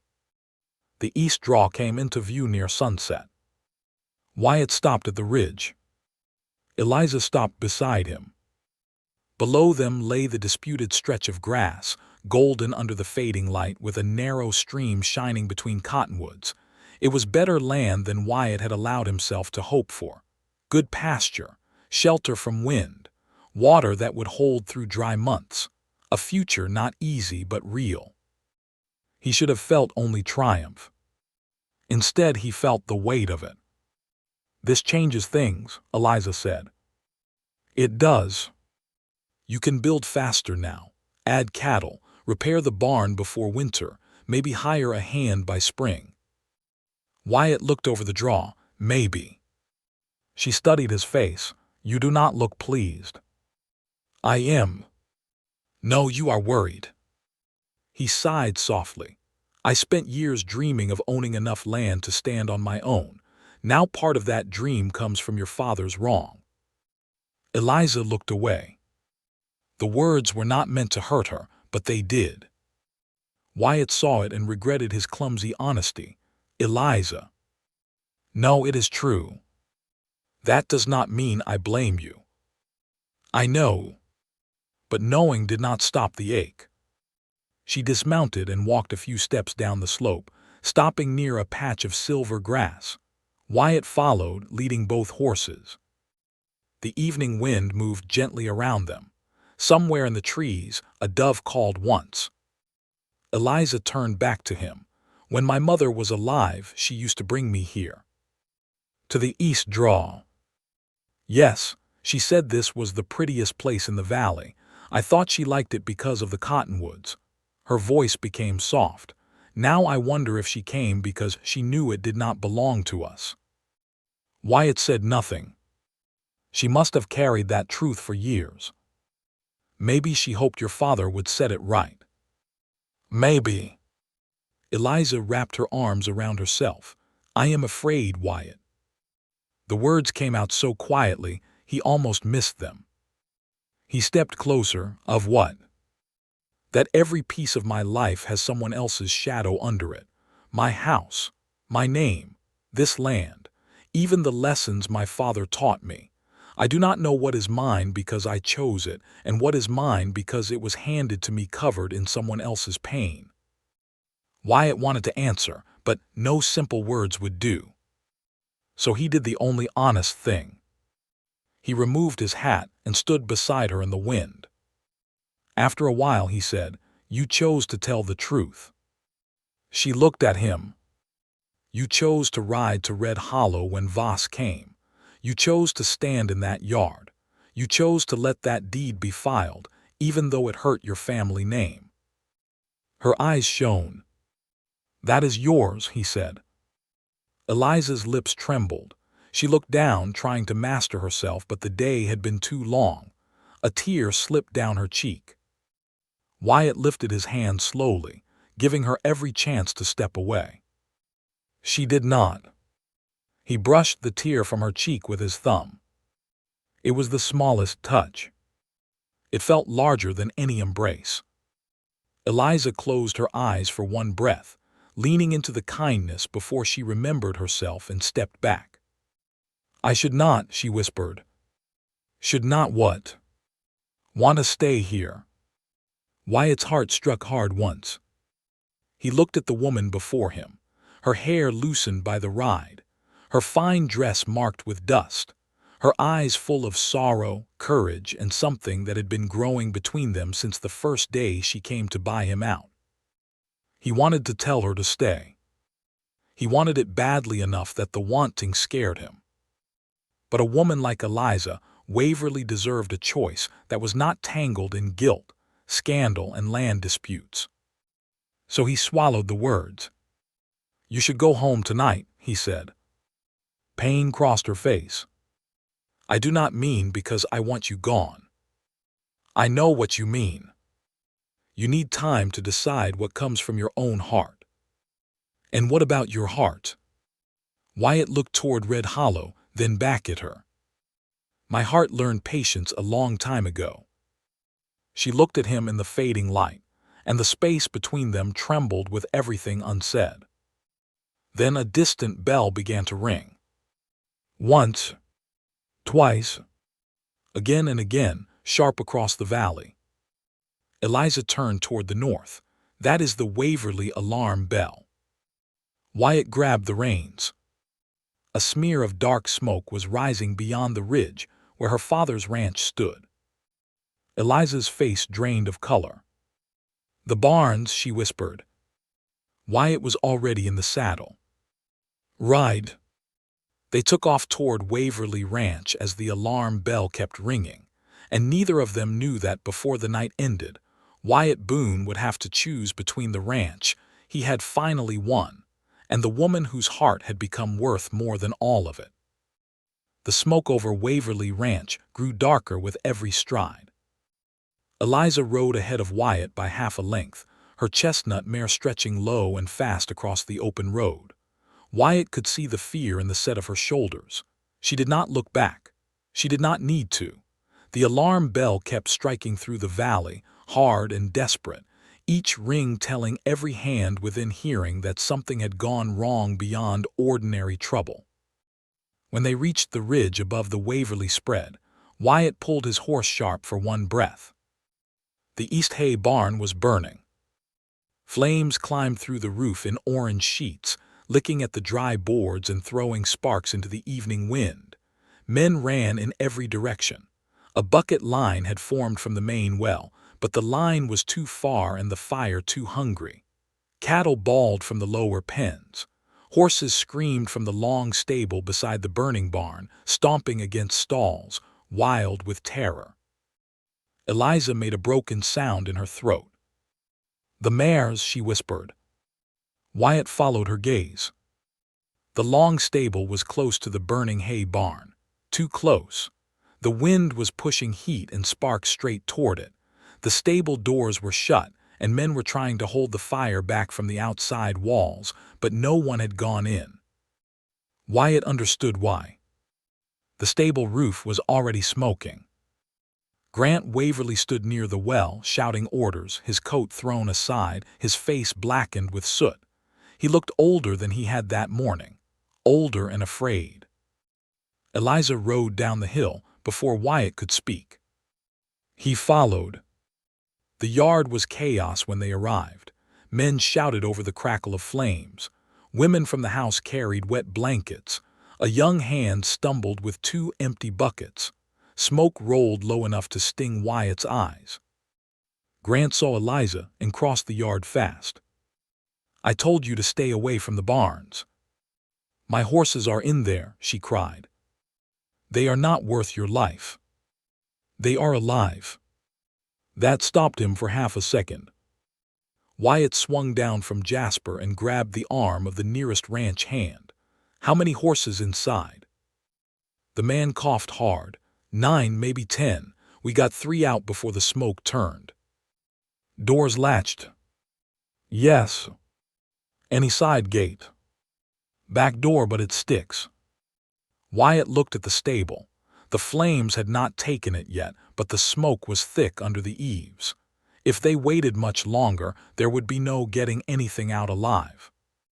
He took off his hat and pushed it into Eliza's hands. Her eyes widened. Wyatt. Hold Jasper if he pulls. No. He wrapped a wet cloth from a water barrel around his mouth and nose. Eliza stepped in front of him. No, you are not going in there. There are horses inside. The roof is smoking. I see it. Then see me too. The words cut through the noise. Wyatt froze. Eliza stood before him with his hat clutched in both hands, her face streaked with dust and fear, her eyes begging him without shame now. Behind her, the fire roared. Around them, men ran and shouted. But in that small space, he could hear only her. I just found you, she said, voice shaking. Do not make me watch that barn take you. Wyatt's chest tightened. Every part of him wanted to promise her he would not go. Every part of him wanted to stay in the clear air with her hand near his sleeve, and her eyes telling him the truth he had been too careful to name. But the horses screamed again. He looked toward the stable, then back at Eliza. I cannot stand here and listen to them die. Her face crumpled for one painful second. Grant came up behind her. Boone, I have men. Then send them with me. Grant looked toward the stable, then toward his hands. Some were brave men, good men, but fear had a way of making every second heavier. None stepped forward. Wyatt did not blame them. He only moved. He ran toward the stable before anyone could stop him. Inside, smoke struck like a wall. It burned his eyes and filled his mouth with ash. The air was hot and angry. Horses kicked against wood. Wyatt kept low, one hand against the stall fronts, moving by touch and sound. Easy, he called through the cloth. Easy now, I'm here. The first mare nearly knocked him sideways. He opened her stall, grabbed the halter, and spoke low until she stopped fighting him long enough to feel the door. Then she bolted, dragging him half the distance before he released her into the yard. A cheer rose outside. Wyatt went back in. The second horse came harder. The third fought him so fiercely he slammed his shoulder into a post and saw white sparks behind his eyes. He let it out anyway. Outside, Eliza stood with both hands over her mouth. Each time he came through the smoke, her whole body seemed to breathe again. Each time he turned back, fear stole the breath from her once more. Grant watched too, his face unreadable now, not from pride but from horror at what he was witnessing. On the fifth trip, Wyatt came out coughing so hard he dropped to one knee. Eliza ran to him. Stop, she pleaded, please. He tried to rise. She caught his arm. Wyatt, look at me. He did. Her fingers dug into his sleeve. His face was gray with smoke, his eyes red, his breath ragged. For the first time, he looked less like an unbreakable man and more like someone the world could take from her. Two more, he rasped. No. Two more, Eliza. The way he said her name nearly broke her. Grant stepped forward. Boone, enough. Wyatt looked at him. Would you leave them? Grant's face changed. It was not accusation. It was worse. It was a mirror. For years, Grant Waverly had measured men by land, barns, money, and names. Now a poor cowboy with smoke in his lungs was asking him a question no fortune could answer. Grant took the wet cloth from Wyatt's shoulder. No, Grant said. Then he tied it across his own face. Eliza stared. Papa. Grant looked at her once, and all the love he had never spoken properly was in that look. Then he turned to Wyatt. Show me which stalls. Together they went in. The yard fell almost silent except for the fire. If this moment has your heart racing, stay with the story. Sometimes love is not proven by sweet words first, but by who runs into the smoke when everything valuable is about to be lost. Inside, Wyatt and Grant moved through the smoke together. One young mare was trapped near the back, wild-eyed and kicking. Grant took the front rope while Wyatt opened the side latch. The mare lunged, throwing Grant against the wall, but he held. Wyatt slapped the stall door wide and they dragged her toward the fading square of light. The roof groaned above them. A beam cracked. Outside, Eliza screamed their names. Wyatt pushed Grant forward. Go. Grant stumbled out with the mare. Wyatt turned back. One horse remained. A small black gelding, Eliza's childhood horse, old now but dear to her.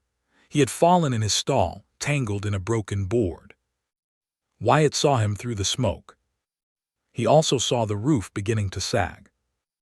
Outside, Grant realized Wyatt was not behind him. Eliza saw it too. No, she whispered. Then louder, with all the terror in her body. Wyatt. Inside the stable, Wyatt dropped beside the trapped horse and pulled at the broken board while sparks rained down around him. The gelding thrashed weakly. Smoke filled Wyatt's lungs. His hand slipped once, then found the wood again. He thought of Red Hollow. The deed. The East Draw. The ranch he had saved that morning. Then he thought of Eliza standing in the yard, holding his hat like it was already all she had left of him. With a final hard pull, the board came free. The horse struggled up. Wyatt slapped its flank and drove it toward the door. The gelding burst into the yard alone. For one terrible second, no man came after it. Then part of the stable roof collapsed inward with a roar that shook the ground. Eliza ran toward the smoke before anyone could catch her. And from inside the burning stable, there was no sound from Wyatt Boone. Eliza reached the stable door before anyone could stop her. Smoke rolled out in thick black waves, hot enough to force every man back. Her eyes burned. Her throat closed. Still, she pushed forward with both hands out, searching the dark as if love alone could pull a man from fire. Wyatt. Grant caught her around the waist and dragged her back. No, she cried, fighting him. Let me go. Eliza, you cannot go in. He is in there. I know. His voice broke on the words. That sound stopped her more than his arms did. Grant Waverly, the strongest man in her life, the man who commanded ranch hands and bankers and weathered every season like stone, was holding his daughter in a burning yard with tears in his soot-dark eyes. The stable groaned again. A section of roof fell inward, sending sparks into the evening like a swarm of burning insects. Men shouted and rushed forward with wet blankets, but the smoke was too thick. No one could see past the doorway. Eliza went still in her father's arms. All the noise around her faded. The crackle of fire, the running feet, the alarm bell, the horses screaming from the far corral. It all fell away until there was only the hollow place inside her chest where Wyatt's name kept echoing. She had spent years obeying careful rules. Sit straight, speak gently, smile when guests visit. Do not argue with men who believe power makes them wise. Do not want too much. Do not reach for a life that will make others talk. Then Wyatt Boone had stood in a ruined yard and refused $700 because his dream had cost him 11 years. He had let her correct his fence. He had listened when she spoke. He had looked at broken land and seen home. And now that home might be all she had left of him. No, she whispered. The word came from somewhere deeper than fear. She pulled free from Grant, but before she could move again, a sound came from inside the stable. A cough. Small. Ragged. Alive. Every head turned. Wyatt appeared through the smoke on his hands and knees. His shirt was scorched at one shoulder. His face was blackened with soot. One arm dragged lower than the other, but he was moving. Behind him, a burning beam had fallen across the path, and he had crawled under it with barely inches to spare. Water, someone shouted. Two men ran forward and caught him beneath the arms, dragging him into the yard just as another beam crashed behind him. Eliza dropped to her knees beside him. Wyatt. He coughed hard, trying to pull air into lungs that would not listen. She took the wet cloth from around his neck and pressed a clean corner to his mouth. Her hands trembled so badly she could hardly hold it. His eyes opened. They found hers. For a moment the whole burning ranch, the men, the smoke, the father watching over them, disappeared. You still have my hat, he rasped. A broken laugh escaped her, half sob, half relief. She reached behind her and grabbed it from where she had dropped it in the dirt. It is a terrible hat. It's my only one. Then you should stop leaving it with women who are trying not to fall in love with you. The words came out before she could stop them. Wyatt's eyes stilled. So did hers. There beside the burning stable, with smoke in his hair and tears on her face, the truth stood between them at last. Not polished, not proper, not safe, but real. Grant heard it. He stood a few feet away, breathing hard, one hand pressed against a burn on his sleeve. His daughter's words had reached him over the fire, and the old fear crossed his face. But this time, it did not turn into command. Wyatt tried to sit up. Pain caught him, and he nearly fell back. "Don't," Eliza said quickly. "I need to know if the last horse made it." Grant stepped closer. His voice was rough. "The gelding is out." Wyatt closed his eyes. "Good." "You foolish man," Grant said. Wyatt opened one eye. "Yes, sir." For the first time, Grant almost smiled. It vanished quickly, but Eliza saw it. The doctor arrived from Briar Creek near midnight, pulled from his supper by a rider sent at full speed. By then the fire had been contained.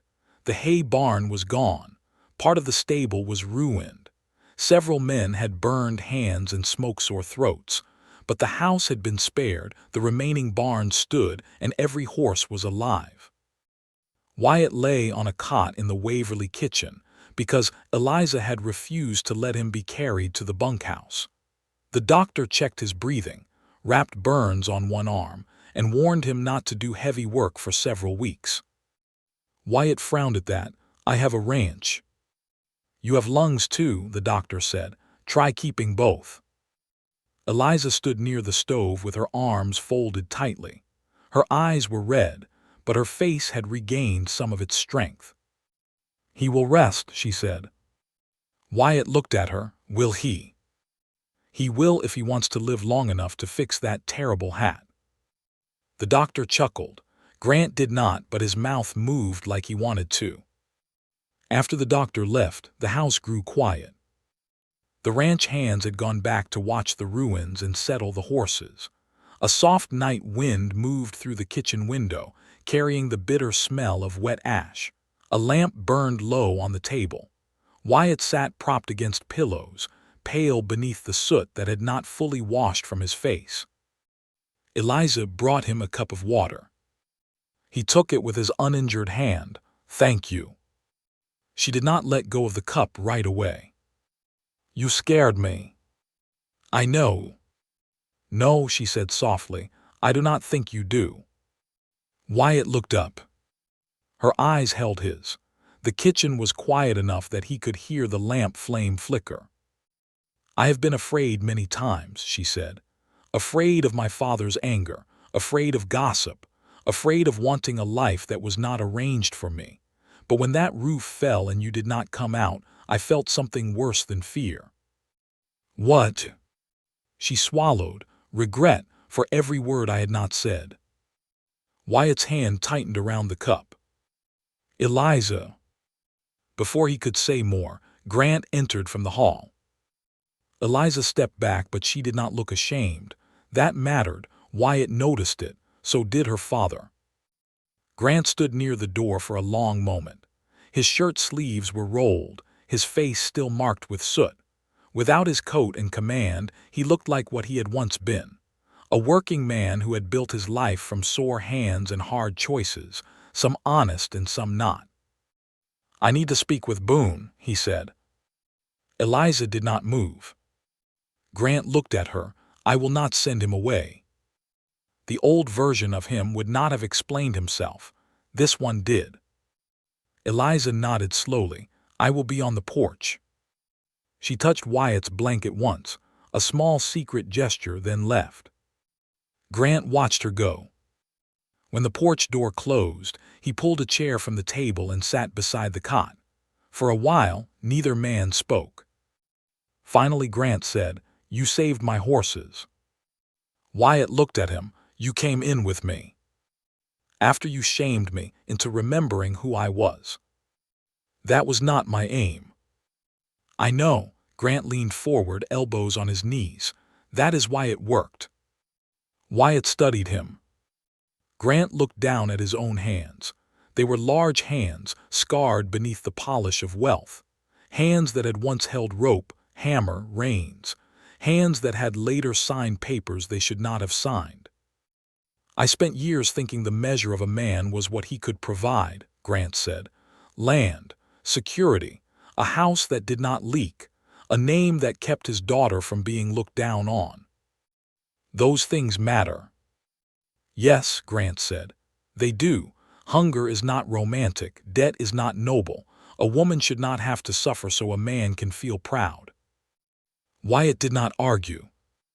But tonight, Grant continued, I watched you crawl back into smoke for an old horse my daughter loved when she was a child. You did not know that horse was special to her. No. You went anyway. Wyatt's voice was low. It was trapped. Grant nodded slowly. That was enough for you. The two men sat with that truth between them. Then Grant reached into his vest pocket and took out a folded paper. Wyatt looked at it. Grant laid it on the blanket. What is that? A written statement for the county clerk. Full acknowledgement that the East Draw belongs to Red Hollow, signed by me, witnessed by my foreman and the doctor before he left. Wyatt stared at it. Grant's jaw worked once. No lawyer, no delay, no more hiding behind time. Wyatt picked up the paper carefully. Why now? Grant looked toward the porch door, where Eliza's shadow moved faintly beyond the curtain. Because my daughter was right, he said. Truth does not become safer because a man waits to tell it. Wyatt folded the paper with quiet care. Thank you. Grant's eyes returned to him.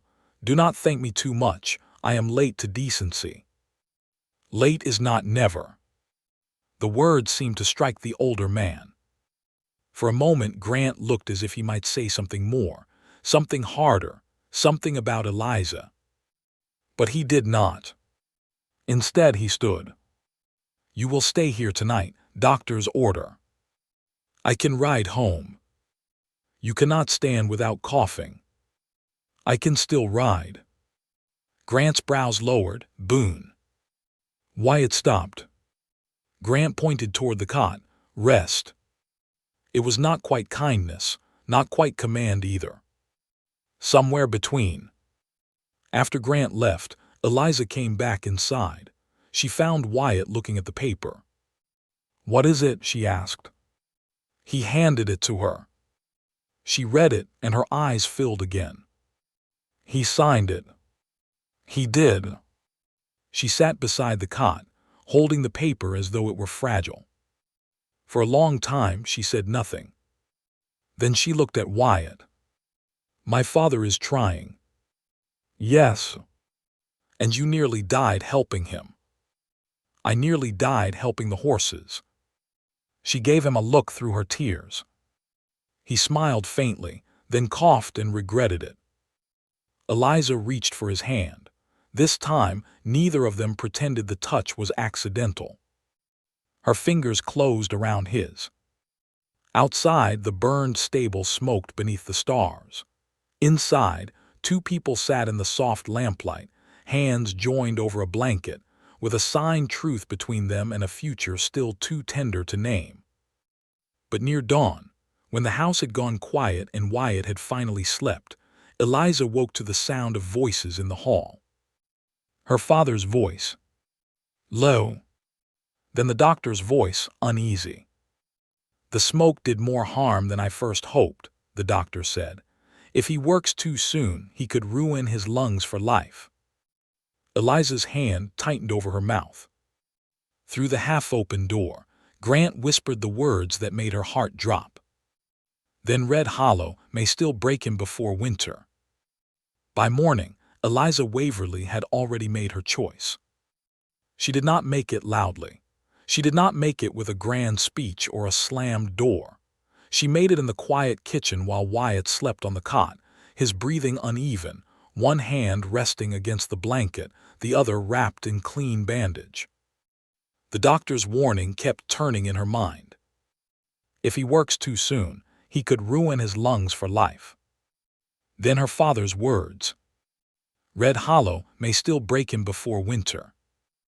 Eliza stood near the stove with a shawl around her shoulders, watching the first pale light touch the kitchen window. Outside, the Waverly yard was gray with ash. Men moved slowly around the burned stable, leading horses to safer pens, carrying ruined boards, speaking in low voices as if the night had left grief sleeping in the corners. Her father stood on the porch with his back to her. He had not slept either. Eliza stepped outside. The morning smelled of wet smoke and trampled hay. Grant turned when he heard her, and in that one look she saw the whole battle inside him. He wanted to protect her. He wanted to command the world back into shape. He wanted Wyatt gone because danger had come close, yet he knew danger had shown him exactly what kind of man Wyatt was. "Papa," she said. Grant looked past her toward the kitchen door. "Is he awake?" "Not yet. He should stay here a few days." "He will hate that." "He can hate it from the cot." Despite everything, Eliza almost smiled. Then the smile faded. "I heard you and the doctor." Grant's face tightened. "I did not want you frightened." "I already was." He looked away. Eliza came to stand beside him at the porch rail. The stable ruins smoked beyond the yard. The black gelding Wyatt had saved stood in a small pen near the house, head low, alive and trembling now and then. Eliza watched him for a moment, remembering Wyatt crawling from the smoke. "I am going to Red Hollow today," she said. Grant's head turned sharply. "No." "Not anger, fear." She faced him. "Yes. He needs rest. You heard the doctor." "That is why I am going." Grant frowned. "To do what?" "What needs doing." His eyes narrowed. "Eliza." She knew that tone. She had heard it all her life. It meant he was preparing to tell her what could and could not be done. But this time she spoke before the command could form. "You once told me cattle survive winter because someone plans before the frost comes. Red Hollow has hay to cut, a barn roof to finish, a well to clean, and stock to move before the first cold rain. Wyatt cannot do it alone now."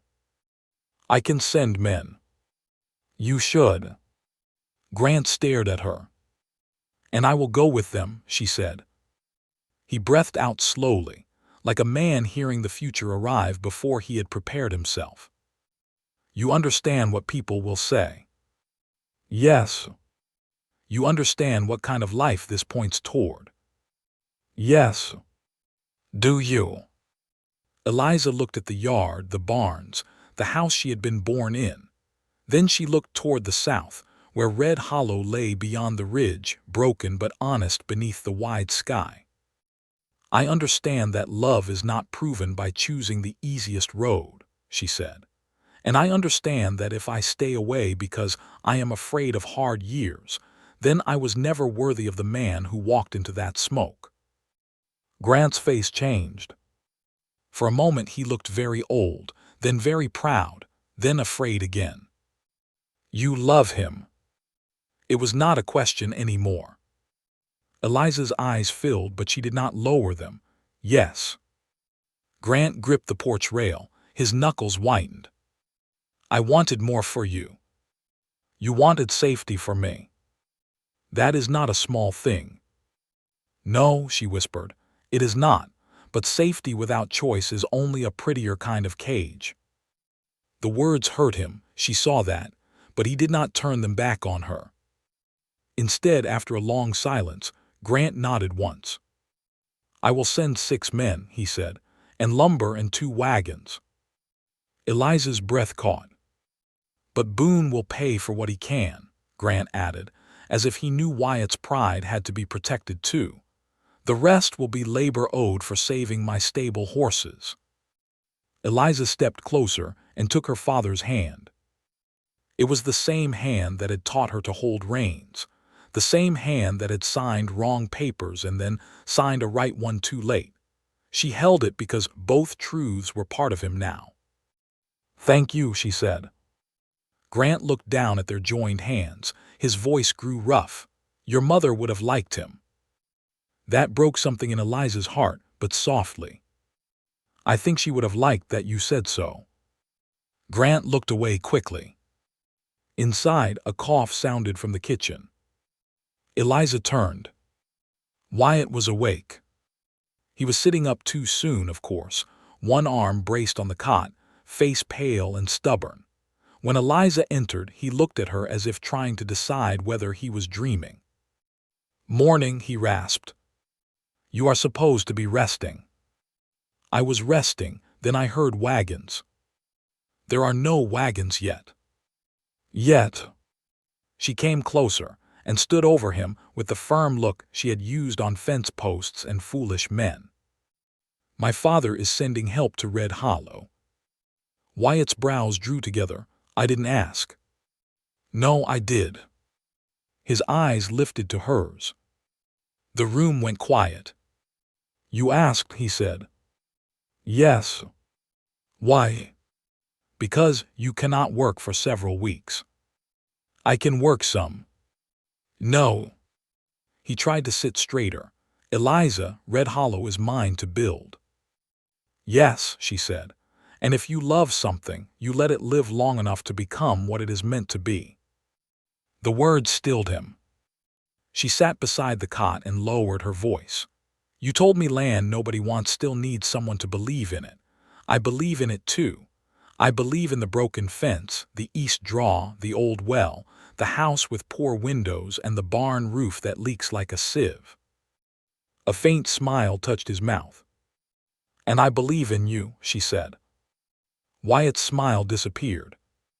His eyes shone with something too deep to hide. Eliza, I am not here because of guilt, not because of the deed, not because I am trying to mend what my father broke. I am here because every time I imagine my future, I see dust on my boots and Red Hollow at sunrise. He stared at her, breathing carefully. Then he took her hand.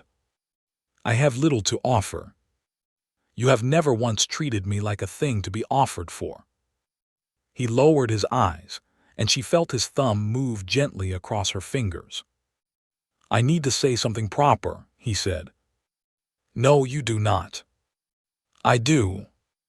A little strength returned to him as he looked up. I love you, Eliza Waverly. I do not love your name, your father's land, or what anyone thinks you bring with you. I love the woman who rode in with money and left me with a better fence. I love the woman who told the truth when it cost her. I love the woman who held the rope when I climbed into that well and held my hat when I was too foolish to keep it. Her tears came then, quiet and full. And I love the man, she whispered, who saw a dead ranch and called it home. Wyatt lifted her hand to his lips. It was not a grand kiss. It was softer than that.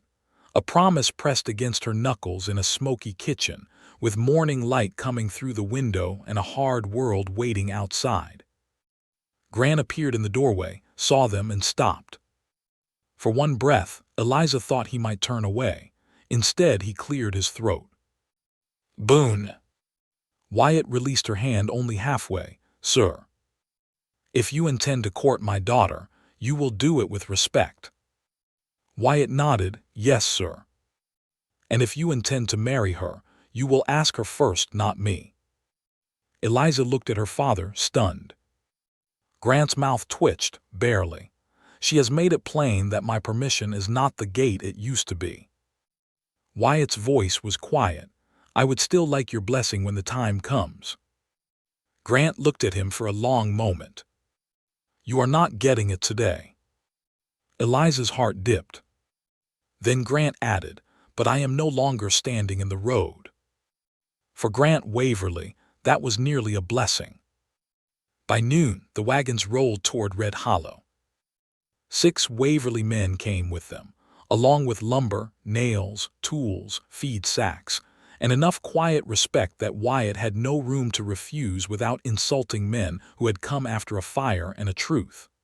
He rode in the wagon because the doctor had threatened to tie him to the cot if he tried a saddle. Eliza rode beside him. When they reached Red Hollow, the ranch looked different to her. Not because the work was done. It was not. The barn still leaned. The house still needed windows. The yard was still full of weeds, mud, and unfinished labor. But now it had people in it. Men lifted lumber. Horses pulled wagons into place. Grant walked the south fence and tested the posts without saying a word. Eliza rolled up her sleeves and helped mark boards. Wyatt sat on the porch step, furious at being useless, until Eliza placed a notebook in his lap. "You can plan," she said. He frowned. "Planning is not working. It is if you do it right." Grant passed by and said, "She is right." Wyatt looked offended enough that Eliza laughed for the first time since the fire. That laugh changed the yard. Even Grant heard it and paused before continuing on. Weeks passed. Wyatt healed slowly and not always patiently. Red Hollow grew steadily. The barn roof was replaced before the first hard cold. The east well was cleaned and lined with new stone. The hidden deed was filed and confirmed. Nathaniel Voss left the county after too many people began asking questions he did not want to answer. Silas Harrow's name was spoken again with respect, and Grant Waverly paid a quiet settlement to his remaining family back east. Justice did not come like thunder. It came like fence work. Post by post. Truth by truth. By late autumn, Red Hollow had hay stacked high, 4 good cattle in the south pasture, 3 new calves bought with careful money, and smoke rising from the chimney every morning. On the first Sunday of November, Grant came to supper. He brought no grand apology. He was not made that way. He brought 2 jars of peach preserves his cook had put up, and a quiet comment that the lower field looked better than expected. After supper, he walked alone to the south fence. Wyatt and Eliza watched from the porch. Grant set his hand on the corner post Eliza had corrected the second day she came. He tested it once. Still solid. Then he turned back and gave one slow nod. Eliza leaned near Wyatt. That is as close as he will come to saying he is proud. Wyatt slipped his hand around hers. I understood him. Winter came gentle that year, as if the valley itself had decided Red Hollow had earned mercy. In December, beneath a pale blue sky and clean morning light, Wyatt Boone stood near the east well with his best hat in his hands. Eliza wore her mother's necklace at her throat and a simple blue dress she did not mind getting dust on. Grant stood beside her, his arm offered. He did not give his daughter away. He walked with her. There was a difference, and everyone there felt it. When Eliza reached Wyatt, Grant looked at the young man who had once refused his money, uncovered his buried shame, saved his horses, and loved his daughter without trying to own her. Take care of each other, Grant said. Wyatt nodded, we will. Eliza smiled through tears, we already do. They were married with the mountains behind them, the restored well beside them, and Red Hollow spread around them like a promise that had survived fire, pride, and buried lies. By spring, wild grass covered the east draw. The creek ran clear through the cottonwoods. Calves moved in the sun. A repaired gate swung straight on new hinges, and on the porch of the little house, Eliza hung Wyatt's terrible old hat on a peg by the door. She refused to let him replace it. Years later, when people in Briar Creek told the story, some said it was about a poor cowboy who won back stolen land. Others said it was about a millionaire's daughter who chose love over comfort. A few said it was about Grant Waverly learning that a man's name means little if his truth is buried. But Eliza knew the real story. It was about a broken ranch that taught 3 stubborn hearts how to become whole. And every evening, when the sun dropped gold across the south fence, Wyatt would stand beside his wife, watching their cattle graze over land once hidden by lies and saved by courage. He would squeeze her hand and say, "Still think the brace is right." And Eliza, smiling like the first day she saw the dream inside the dust, would answer, 2 degrees into the tension. Just like love, Wyatt, stronger when it leans the right way. If this story touched your heart, don't forget to like it, subscribe for more romantic Wild West stories, and tell me in the comments what mattered most to you, the love, the truth, or the courage to start over. Because on the frontier, the richest land was never measured in acres.